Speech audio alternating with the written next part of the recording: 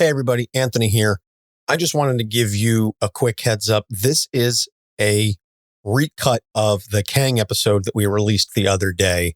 If you listened to the version that came out the other day, you know that we opted to play with the order of the segments that we usually present things in, because after we recorded, Doc and I talked about it and said, hey, Kang is a time traveler and the skit is nonlinear. Wouldn't it be cool if the episode played with that as well? So we decided to cut up the segments into an order that didn't necessarily flow, but perhaps thematically fit Kang as a character. But after we thought about it a little bit more, and after we got some feedback from some listeners, we said, you know what, this might be a little confusing for people. And if it's their first episode, they're not going to have any idea what's going on. So this is the same episode. It's the exact same content as we released the other day, but it's presented in a more straightforward fashion, following the pattern that we normally do with our segments: the background, then the issues, then the treatment, then the skit, then the ending. So if you already listened to the Kang episode that was released the other day and you enjoyed it and you got what we were going for, thank you so much. We definitely appreciate it. And we're glad to have you on board. If you maybe got a little confused, or you didn't care for the nonlinear format, or this is your first time listening to it, then maybe try this version. As I said, it's got all the same stuff in there. It just flows a little more straightforward. We swung for the fences. Sometimes you hit a home run. Sometimes it's a pop fly. But in any case, we're still proud of the content of this episode, and the skit is going to remain as is, because that was intentionally constructed to be nonlinear. And as you listen to it, hopefully you get what we were going for.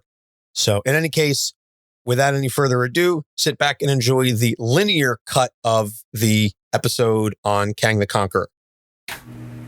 I'm SP from Legends of S.H.I.E.L.D., a show about the general Marvel comic universe, part of the Gonna Geek Network, just like the show you're checking out now. Shows on the network are individually owned, and opinions expressed may not reflect others.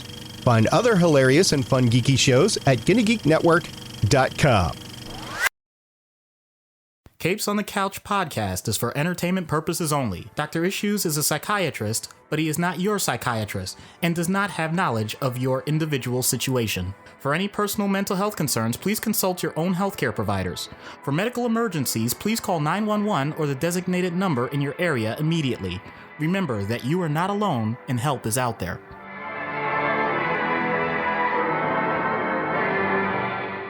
Hello and welcome to Capes on the Couch, where comics get counseling. I'm Anthony Sitko. And I'm Dr. Issues. This is issue 168, and to tie in with the upcoming release this week of Ant-Man and the Wasp: Quantumania, we are talking the film's big bad, and probably the big bad of the next series of phases of the MCU, Kang the Conqueror. This is an A-list Marvel villain, and I'm very excited to see what Marvel's going to do with him. Jonathan Majors is an absolute force to be reckoned with. He did amazing things in the one episode of Loki as the He Who Remains, the variant of Kang, at least within the MCU. I'm hyped for this film, man. I'm very excited. Yeah. Even just from the trailers, I'm like, oh, this is going to be a little trippy. Yeah, it's very different from the first two Ant-Man films, which were very keyed in and personal and close. This is gigantic stakes, which is very interesting for such a tiny character like Ant-Man. Speaking of the film, Doc and I will be going to see this in the theater. I know we've talked about this for a couple of films previously, but we're definitely going to be seeing this in the theater. And we are going to do some kind of a review mini episode after the film drops, debating on exactly how much of that is going to be spoilery, how much of it isn't. I think a lot of that is going to come down to just how we're feeling in the moment, but it's going to be very raw, minimal editing, if anything. And we will bring it to you in some format over the next week and a half-ish at some point. After the film drops, we still have to book tickets and figure out all that stuff, because scheduling things is hard. But, we make it work for the show. and we're going to bring it to you for your listening pleasure. So this is going to be a trippy one, folks. Strap yourselves in, and let's get into the background. Kang the Conqueror, Nathaniel Richards, was created by Stan Lee and Jack Kirby. And if you're saying, Anthony, this is usually where you say the issue that they introduced the character in. Well, here's the thing. Due to Kang's time-traveling abilities, his backstory and even creation are a little difficult to pin down. So the earliest character that would eventually tie into Kang is Rama-Tut, and he appeared in Fantastic Four number 19, October 1963. He was a time-traveling criminal from the year 3000 who went back to ancient Egypt.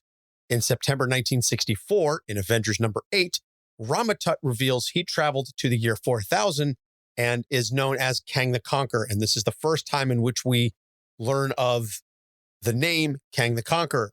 2 months later, November 1964, Immortus debuts in Avengers number 10 and was later retroactively revealed as another variant of Kang.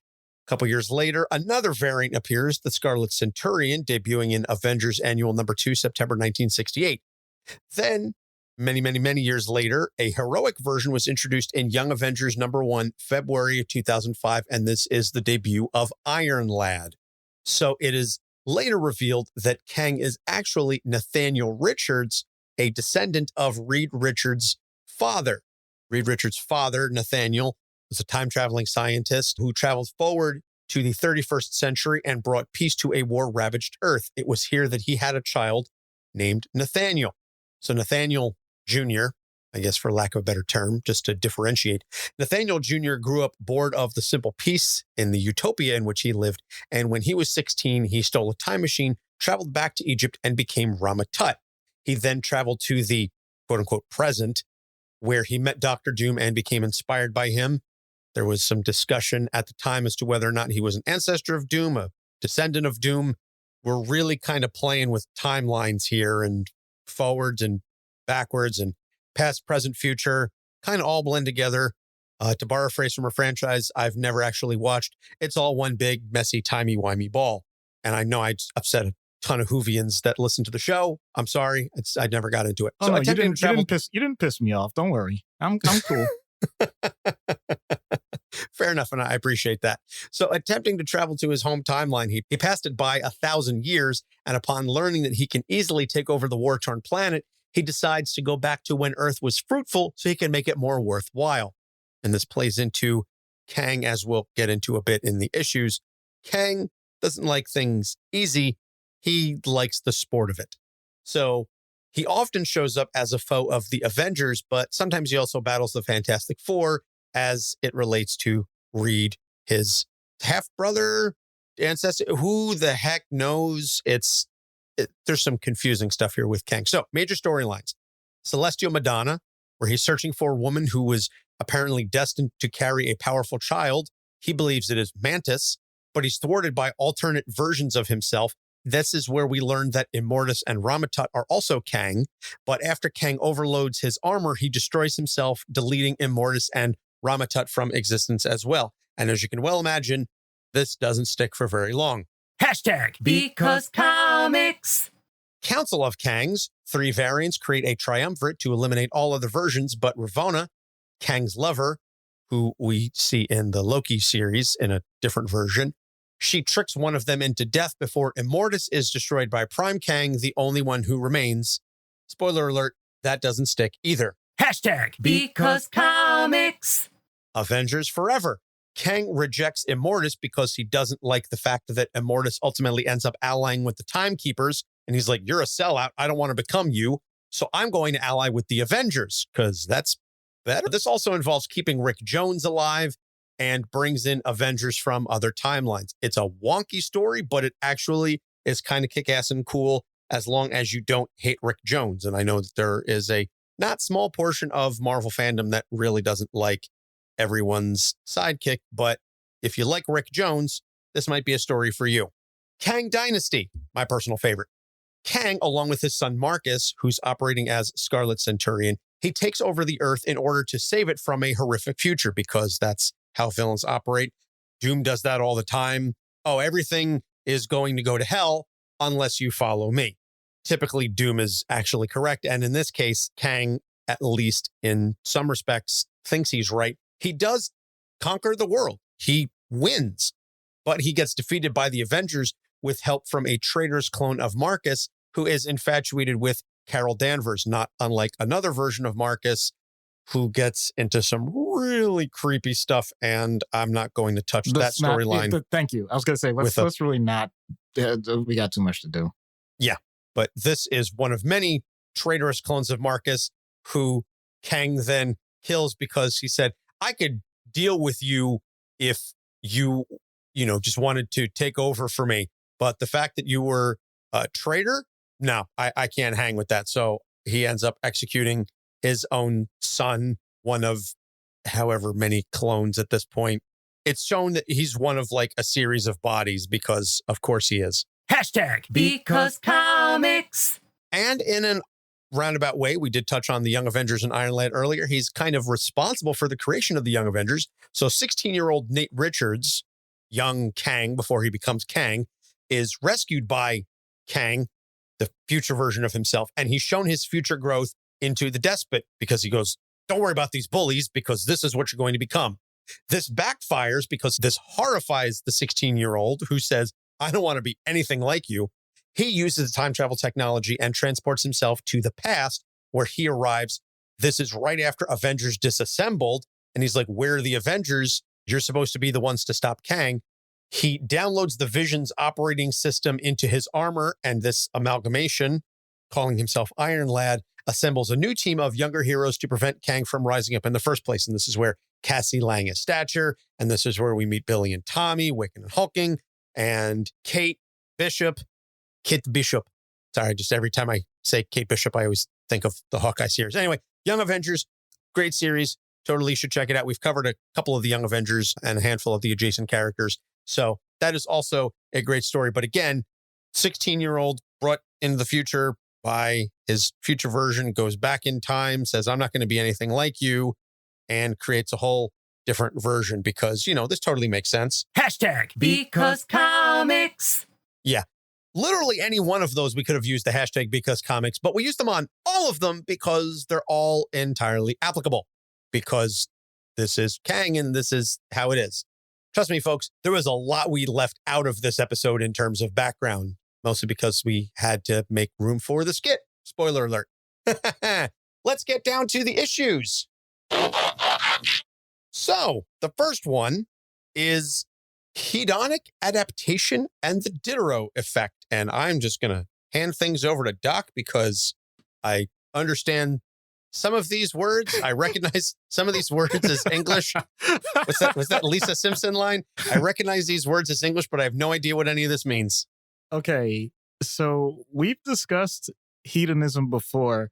Hedonic adaptation implies that it's not necessarily good or bad, it just is. So the point is that when you are exposed to something that you would originally consider to be a luxury, something outside of the norm that's not a need, but does either improve your quality of life or just your experience, at some point you get used to it. You don't get the same initial effect. You develop a tolerance to it to the point that it can become mundane. Now, that doesn't necessarily mean that you have done something wrong. It's a very common thing. For many of us who are adults, remember your first job. Remember what you made. Remember that paycheck. Many of you got introduced to taxes that way. Like, what the hell? This is nowhere near what they said I was making, but whatever. Now, fast forward a few years. Think about what you make now. Human nature. You're probably saying to yourself, yeah, I make more, but really I got more things on my plate. I have other things going on in my life, blah, blah, blah, blah, blah. Okay, fair enough. It doesn't have to be about money. It can be about, let's say, you used to treat yourself. You used to go out maybe once a month or so. You'd go have fun with the guys. You'd go to the bar, whatever. I'm just giving random examples. After a while, you may say to yourself, well, that's nice, but if I'm doing that once a month, why can't I do it once a week? If I can do it once a week, why can't I do it every other night? I mean, whatever. Depending on a person's situation, they may not go that far, but I'm just giving that as an example. The thing with someone like Kang or Nathaniel or Immortus or whoever is that we see this early on where he's exposed to the world as it is. He's in a hashtag blessed kind of situation where things are good, but is there more to it? Is there more than what's just out there as it stands? And Kang has a tendency to want to explore that, which, once again, can be okay. But as with most things, taken beyond moderation can lead to some significant emotional consequences and can lead to some disturbances of thought even. I'm going to tie this in with the other thing, the Diderot effect, and I'm going to just flat out say, let me make sure I get it right. So I'm going to pull it up directly. It's named after the philosopher Diderot, and this is back in the 18th century. Diderot received a gift. It was a gift of, I think it was robes, a gown or something like that. And the point was, it was so out of place for his wardrobe. When he wore it, he felt like he was the man. Like, wow, this is really cool. So if you have a dress or if you have a suit So or he had something the like drip. yeah. So the thing was, as he's sitting cloistered away doing his writing, he's like, man, these threads don't quite match up with the rest of my decor. Like, I'm sitting on a regular wooden bench with a stone table and, you know, a bit of paper to write on, and totally doesn't match. So, no joke, he gets a rug that really ties the room together. He then upgrades his furniture. Well, that's just like your opinion, man. Thank you for getting the reference. He then upgrades his furniture. He ends up changing so many things that he realizes that he's spending more time focused on all of those external parts of his environment compared to what it is that he actually was sitting down to do in the first place, which was write and create and, you know, try and solve some of the world's problems with his mind, which is what a philosopher really is looking to do, looking to explain humanity. So unintentionally, he pretty much creates this idea like, how did this happen? He wasn't aware of it in the moment, but clearly it wasn't something that happened instantly. It takes time for these things to happen, and that's the point. And not even to go into the timeline bit of it, but with someone like Kang, it's easy to see if you put these two things together, how you end up with this ultimate villain and all its variations and its challenges to itself. Because by the nature of what he's trying to do, he's always looking for something more. And it's not just a flat greed. It's more like, I want to make sure that whatever I get next is different than what I have now.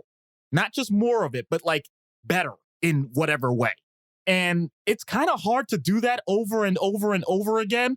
And if you're wondering if that's true or not, if you're thinking to yourself, well, yeah, of course, you can always do something different. Well, think of your favorite artist. Think of your favorite musician. Think of anything that involves some level of change and creativity. There's a reason why, with some rare exceptions, there's a reason why no one has an infinite number of albums or an infinite gallery. There's only so much that you can do for yourself that you are willing to put the effort in. And you're able to say, not only is this not derivative of what I've done before, it is completely changed, and be successful with it. If you're trying to feed yourself with this sort of thing, you can't just have everything be an absolute flop. So that's just one genre, one area of life where that can apply, but it can apply in just about every zone. So I thought it was really important because I don't think we've ever explored it to this detail. And Kang, I just think is a great opportunity to bring this stuff up. Oh, absolutely. Hearing you explain the Diderot effect really kind of drives home the point of the clothes make the man, in this case, literally. But I think we see that so often with young people that they create this image and then they have to live this image because they feel it's what their peers might expect. And that can then lead to problems both in adolescence and then ultimately to adulthood if it distracts you from finding your authentic self. And I think that's one of the big problems for something like this. And for someone like Kang is it's ultimately distracting him from finding out who he is deep down. And I think part of that also stems from the fact that, at least for Kang, and this is clearly the fictional situation, is that he's aware that there are an infinite number of alternate versions of himself, all living different lives. So what makes him different from all the other ones? So I think it's a constant one-upsmanship of I have to be the most Kang of all Kangs that there is. And so whatever puts me the most out there, that's what he's going to do, because he has to define himself as the Kangiest Kang that ever Kanged. And I know that's a bit ridiculous sounding, but you get my point. And I think that's something that a lot of people can fall victim to, this idea that they have to live this life that's bigger than necessary just to prove to whomever that they have value, that they're worth living, and that that they're okay, that they're cool, whatever that may be. And we've talked about this in other episodes, both as characters and with creators, about the notion of comparing yourself to others, and comparison is the thief of joy, as you say all the time on the show. Just be you, man. And if you get some cool drip, that's cool. But don't say, oh, I got these Air Jordan 11s. Now I have to go out and buy all this other stuff. Now I have to go buy Supreme, and I have to go buy all these brand names just to match because I got these cool shoes that don't go with anything else, or I got this jacket that doesn't go with anything else. If you have it, that's cool. I've been wearing the same Sean John winter coat for a long time, and I didn't buy it because, oh, it's Sean John, it's puffy, it's cool, whatever. I bought it because it's a nice looking jacket, a nice looking coat, but it keeps me warm. The zipper broke on it, and I replaced it with a paper clip.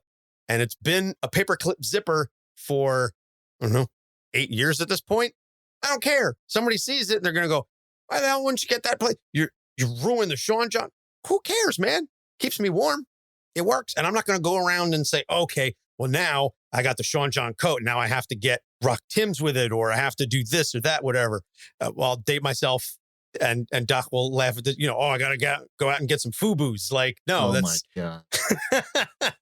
I knew that would make you laugh. But you get my point, that I'm not going to change my look just because of this one item.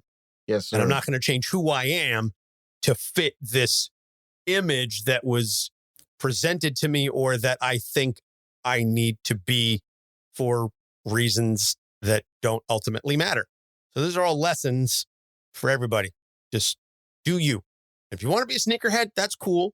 Like, if you're into the style, if that's your thing, if you enjoy it, that's fine. And if it fits with the rest of your vibe, more power to you. Just don't go chasing it because somebody gives you something, or you end up with something and think, oh, well, now I got this, so therefore I need X, Y, and Z. And that's how you end up spiraling. So the next one, this is a well-traveled road we've spoken about for a number of characters, but we kind of have to talk about it with Kang, is narcissism. Plain and simple. Kang thinks he's the Yep. I mean, I apologize. This might be a little brief because we've done this so many times, but I think the spin on this, to go back to what we just talked about, is what happens when your own narcissism starts to feed on itself. Like, how far can you spiral up? I mean, it can be a motivational factor. I mean, thank goodness you love yourself so that you can continue to do great things. But, it makes it hard to acknowledge that you've gone down a certain path that is not working out as well as it used to. And it's okay to fail. I know we've said this before. It's either winning or learning. And I still want to say that as a positive, but I don't want a person to be oblivious to, sometimes you got to call it an L, man. You got to call it a loss. It's okay. It really is. When Kang gets, and don't get me wrong, it's not like he's permanently defeated ever, but when he gets beat, he finds the most ridiculous ways to comfort himself in terms of how he's going to survive. And I think he takes it for granted. And I know, because Anthony and I are kind of sports heads, I know I do this all the time. And I'll admit, there were times growing up where I was kind of elitist with the Yankees. And I'm going to say the most embarrassing moment of this. So when the Yankees were up 3-0 in that freaking series. And I still remember this, dude. 2004. I still remember this. When that freaking base was stolen, I shut the game off. I shut the game off because I said to myself, Dave Roberts. I said, the Red Sox are winning this game, and that's okay. Nobody's perfect. At no point did I say the Yankees are going to lose this series.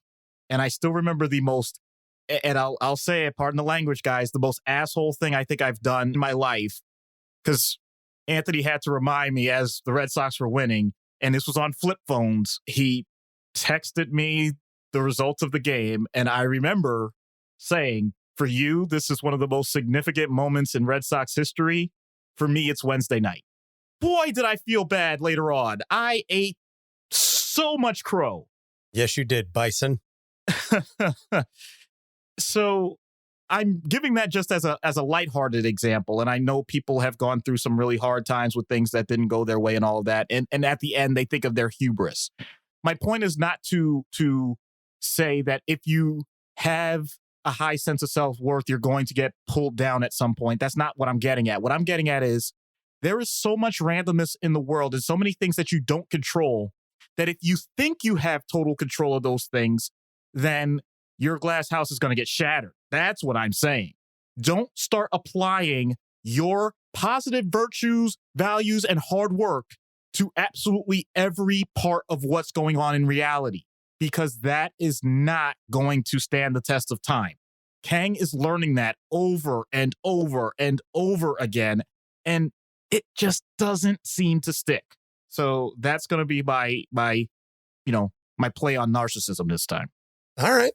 I appreciate you eating the crow, and it always brightens my day a little bit to think about that 2004 Red Sox team. And yes, I understand. Yeah, you had all through high school and college and stuff where the Yankees were winning all kinds of things. I remember because y'all rubbed it in my face. But man, when you shit the bed 2004, you really shit the bed. It was glorious. So the last issue is something that I think is applicable to more characters than we bring up, but it's also not nearly as high on their list compared to other issues, so we don't talk about it as much, is technophilia. I think we may have talked about this with Tony Stark. I think we also did this with Cyborg. And Cyborg, yes. So, but what's that, 3 out of 168? So still pretty low percentage. It's not like narcissism where we could swing a dead cat and hit a character that's narcissist. Technophiles are fewer and much further between. Again, I think there's more of them than we've talked about, but they don't rank highly enough. But Kang takes it in a very special direction. Yeah, when you say to everyone else, I have access to things that you're not going to have for centuries, that's quite the flex. But there's a sense of pride. I know it ties in with narcissism, but the idea that your sense of value of what you're doing is tied to just how new and exclusive it is. That is what makes this special. You're not just saying, I like the fact that something new came out. You're saying, I got it and I'm going to flaunt it. I'm going to make sure that you feel it's both. I'm going to make sure that you feel worse about the fact that you don't have this yet. And if it's exclusive, I'm going to point out that you can't get it yet. So I know the term is being overused because we used to say cutting edge and then it became bleeding edge. And, people want the beta of something. And then some people say like, oh yeah, well, I got in on the alpha trials and whatnot. All those things are simply saying in more or less terms that people don't like to think because it sounds negative. I'm better than you. That is as far as some people are willing to go when they make these statements. That's what they're trying to say. They're filling that void of anything else in their life with the idea that something else, that technology itself is meant to be an improvement on how we survive. If it's purely for entertainment, if it's purely for degradation, that may not be a good thing.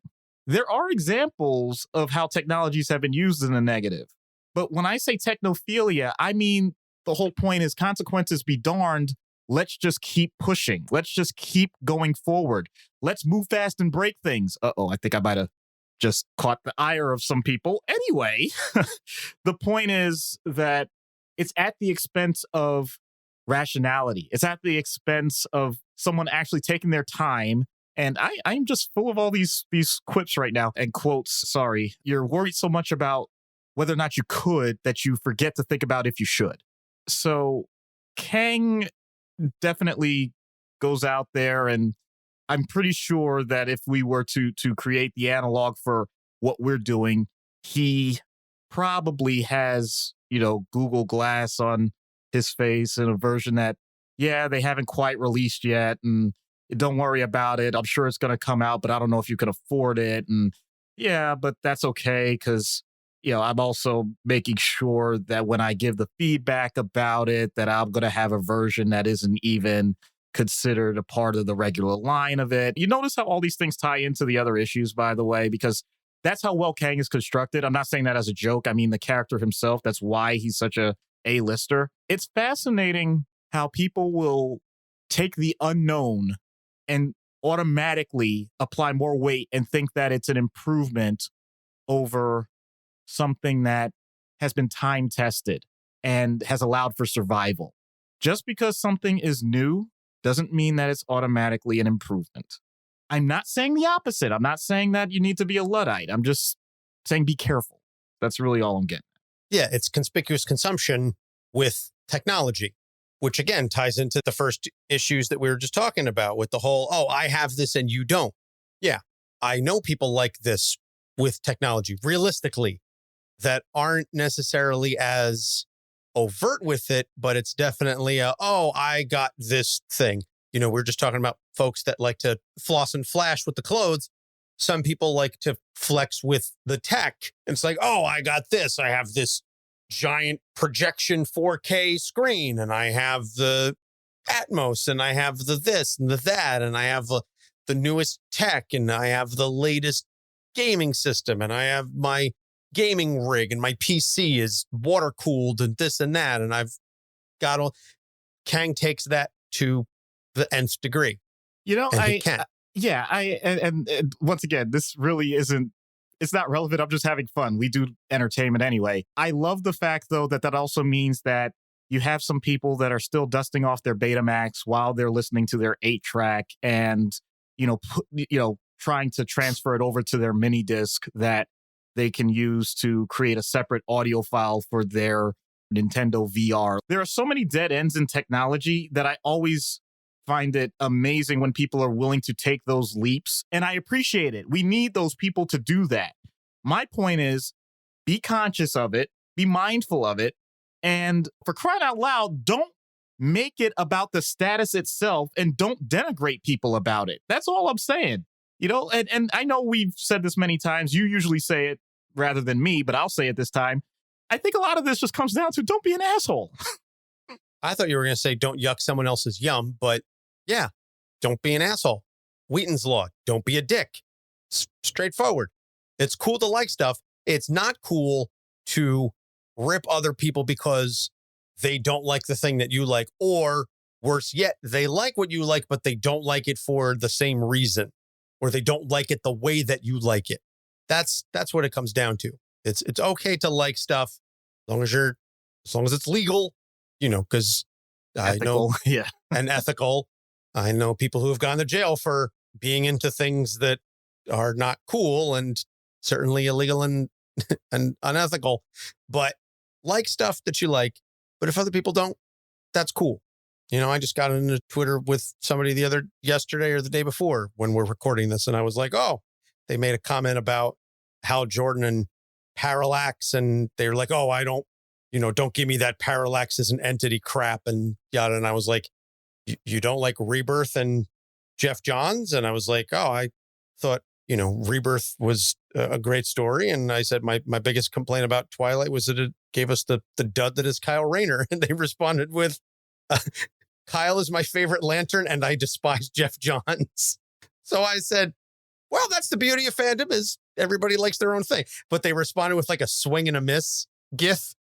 And I wasn't trying to hate on them or say like, you shouldn't, whatever. It was just like, I really like what Jeff Johns did with the character.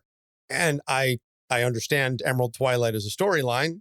I just don't care for Kyle. And if you listen to our Lantern Month episodes, I made that abundantly clear. But I'm also not going to say, oh, well, you know, like, oh, Kyle's your favorite. Oh, you must be whatever. Like, no, that's fine. There's probably somebody out there whose favorite Lantern is Boudica. Like, all right, whatever. Cool, man. You do you. I'm a Moon Knight fan. I get it. And, you know, this is long before the TV show. So, you know how long I had to deal with like all the characters and you like Moon Knight. So, yeah, don't be a dick. So we're going to take a break. And when we get back, we will get into a treatment. Stay tuned.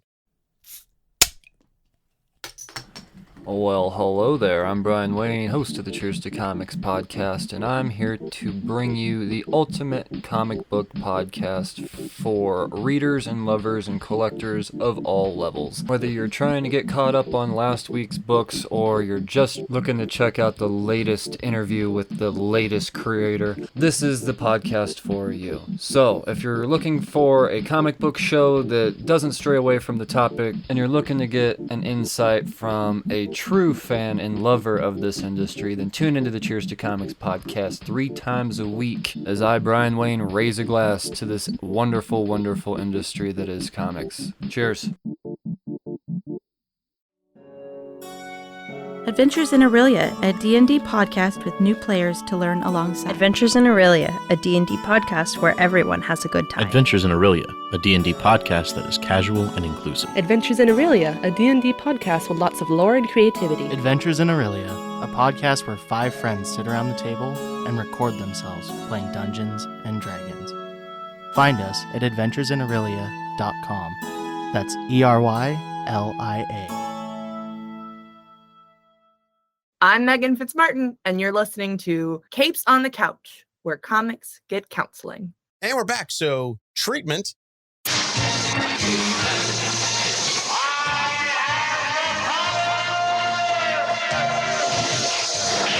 And the theme, which we technically should have said for issues, but the theme for treatment is Doc. Yeah. The idea that when it comes to life in general, you can have anything, you can try anything, you can, within reason, do anything, but not everything. And that is something that Kang has lost sight of. So for in-universe, I think we might end up with some Kang on Kang action, and I don't really know how to handle it. And to be honest, I don't really think I want to think about it anymore. I'm sorry. I don't think I can do it. I would give my best. I would try to be a humanitarian, but yeah, I just don't know. I think there's just too many factors that I wouldn't anticipate. All right, that's fair. Out of universe. Honestly, there's one of any number of people. Let's be real. Narcissistic, all about the bling, all about the flash, you know, like just, oh, I'm not going to lie to you. I don't like these cases. I'm not saying I don't like the person. I'm saying I don't like these cases because it's amazing how superficiality can be so Teflon when it comes to dealing with emotion that it makes it incredibly powerful. And it's like the antithesis of everything I stand for. So I really have to try and strip away just about everything I can from that. Now, having said that, if I can find one piece of it that I can understand because I have some knowledge about it, or I can get the person to explain it to me, that can help. But the trouble with that is it can often backfire where the person is, I don't even know the narcissistic term for mansplaining, but just being so insulting towards me. Mansplaining is narcissism. I mean, it's kind of incorporated into it. I know. It's just, I want to make it clear that it's not specific to gender, but that's the best term for it. It's horrible to experience because the person, because of one completely unrelated area, tries to apply it to every aspect of what they're doing. So let's go with what we've already used. Let's say somebody's a sneakerhead. I'm not. I don't pretend to be. I'm aware that there are certain brands and whatnot that are important. I might ask that person to talk to me about them, but because they show an encyclopedic knowledge of this and go over their collection and, all this other stuff, they basically say, well, if I know all of this about sneakers, how does that compare to how you are as a doctor in your area? Are you as good as me? And it's like, I'm not in a contest. I'm not competing, like it creates some dichotomies that don't exist any other way. And to be honest, it's my Achilles heel. It really ticks me off. And I have to be careful that I don't just get into an argument back and forth trying to show my intelligence in my field and whatnot. I have to earn their respect, but I can't get into that sort of shouting match back and forth. It's a situation where I have to, at some point, cut the person off and say, all right, you proved your point. What else is there? And that's where the person starts stammering, where at some point I'm going to be asking about family. I'm going to be asking about their actual goals in life, what they consider to be important, what they did before all of this, et cetera, trying to get underneath all those layers. But like I said, these people put a lot of polish. It just so happens that the polish can be a lot of crap. So it's not fun, in my opinion. I admit that there are other therapists that more than likely handle these things better than I do, and I acknowledge it. And if I do have that level of trouble, I have no problem referring to somebody else that is much more comfortable with the type of CBT that would be necessary to really break through this, or DBT, I should say, because it probably wouldn't be just blanket CBT. So there you go. We say all the time that not every person is a fit for a particular therapist, but the reverse is also true, that not every therapist is a fit for every single individual. So that's why we advise you to try things out, maybe see if you can get a consult with a therapist before you actually start. And there's not even a guarantee that if you have a consult and you have a good couple of sessions or a good one or two, that it's ultimately going to be a lasting fit. But at least it will give you experience. And as we've said, don't catastrophize it. Don't think that if you have a bad fit with a therapist that you're not fit for therapy or that it's never going to work. So, but again, the flip side is also true. Some therapists just go, I can't deal with this patient. I'm not a good fit. It's not going to work for me, because therapists are people too. Well, it is time to get Kang, singular, hopefully, on Dr. Issues' couch. Yeah, I got that already. You're the fourth to pull me out of the session already. Fourth?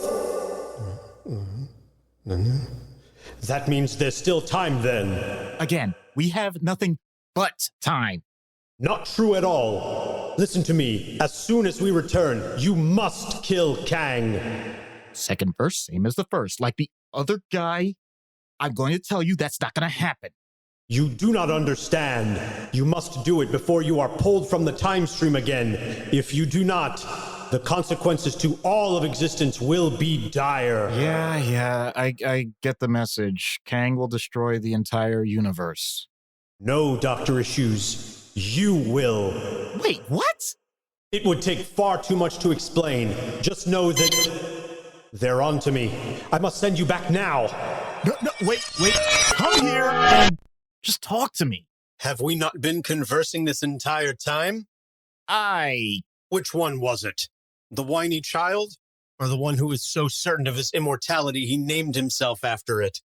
Again, to avoid any problems with confidentiality, I can't divulge conversations with other clients, even if they're kind of sort of you. I mean, I know there have been some shenanigans here, but I don't want to keep repeating things. Otherwise, I might as well just be talking to myself. You have no idea how right you are, my lad. What does that mean? He hasn't told you? Who hasn't told me what? Fascinating. Then there's still time for me. Allow me then to disengage these restraints. Hold up. Those are state of the art. I work with the designer personally to ensure. Yes, but as you well know, Doctor, you can't defend against yourself. Huh? And now, my boy, it is time for you to die! It's not supposed to happen like this. Let me guess. You're the he who's supposed to reveal some big secret that's going to change everything. I am Nathaniel Richards, father of Kang, Immortus, Rama-Tut, Iron Lad, and all Kangs across the multiverse. And I'm not just any he, Dr. Issues. Or should I say, grandfather. What? The time streams have been merged and diverted so often things are broken. My own memory of how this came to be betrays me, but I know this. You are my grandfather, which makes you ancestor of Kang. Indeed. I had hoped to get this information to you sooner, but I was attacked by... At this point, does it really matter?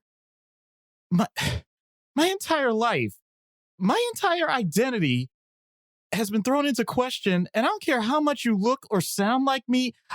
I need this information straight from the source. What? I have to go back to Kang. I need to speak to him directly. I cannot send you back to where I took you from, or you will die.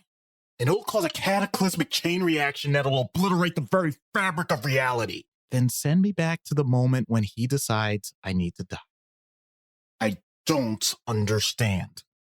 Look, when I get so much hearsay, I have to strip away all opinion. If Kang wants me dead, I don't need anyone else's interpretation. Whatever he does in that moment is the only thing that can resolve this. I'm his mental health provider, and it's my duty. If you're truly of my heritage, you understand this.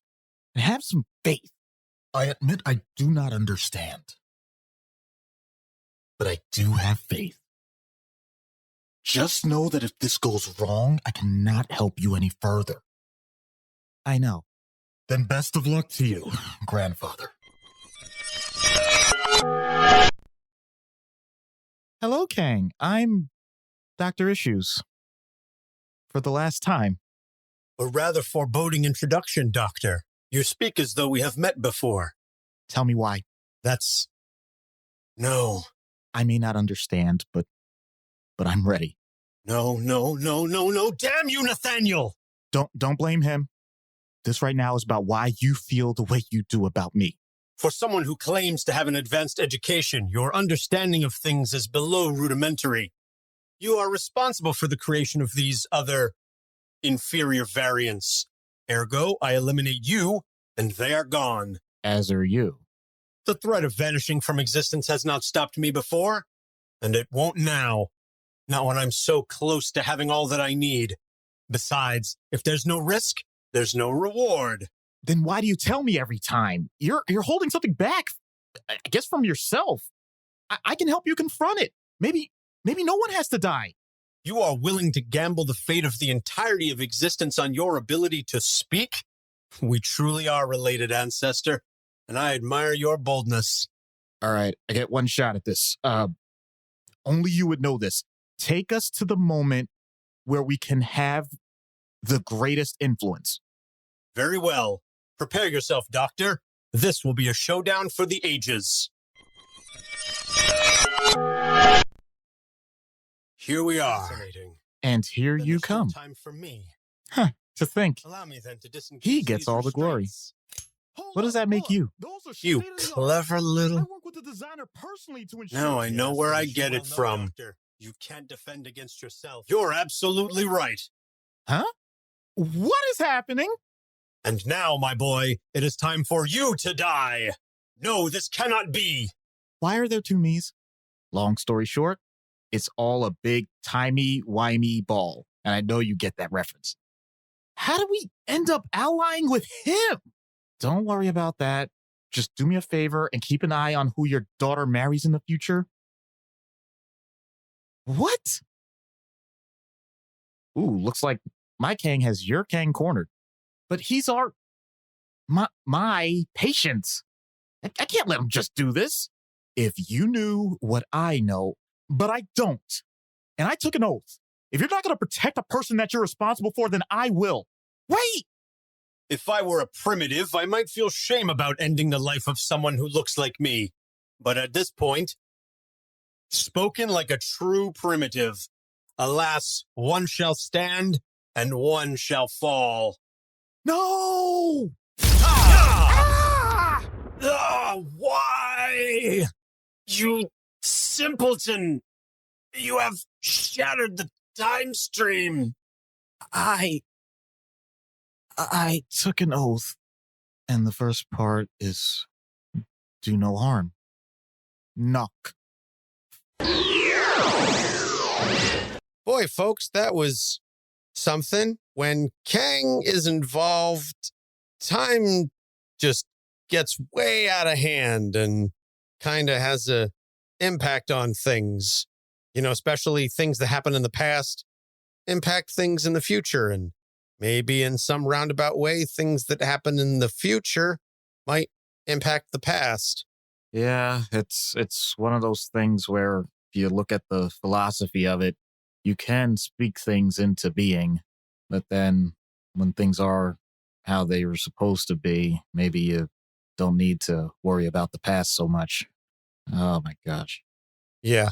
If there's one memento I can leave you with from this episode, it's that things may not be in the order that you would expect them, but they're in the order that they need to be in.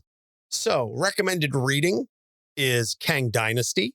As we said during the background, there are a great number of fantastic Kang stories. And I know that obviously as we continue to advance through the MCU, Marvel is going to do their best at reprinting a lot of these in trade paperback and omnibus. So don't be surprised if there are an uptick in the compilation of Kang stories available over the next couple of years as we march on towards Kang Dynasty and Secret Wars.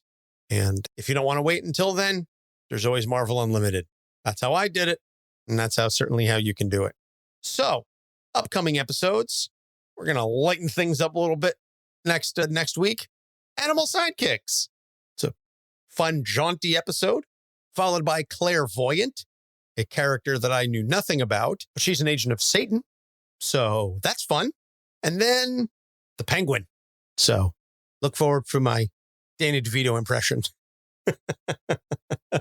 in that one. As always, you can find our episodes, including those that are much more linear based, on our website, capesonthecouch.com. You can follow us on social media, Facebook, Instagram, Twitter, and TikTok at Capes on the Couch. If you listen to us on a platform that allows you to like and review, please do so. And as we always say, if you leave us a review, send us an email to capesonthecouch@gmail.com with a screenshot of your review, and we'll send you a sticker. That's a fun way to say thank you very much, because we appreciate all that you do. And that's about it. So as we said, we're going to have our mini episode. Go out and check out Ant-Man and the Wasp. Quantumania comes out this weekend. Should be a rollicking good time. And Doc, before we head out, just humor me. I'm only going to do one verse, okay?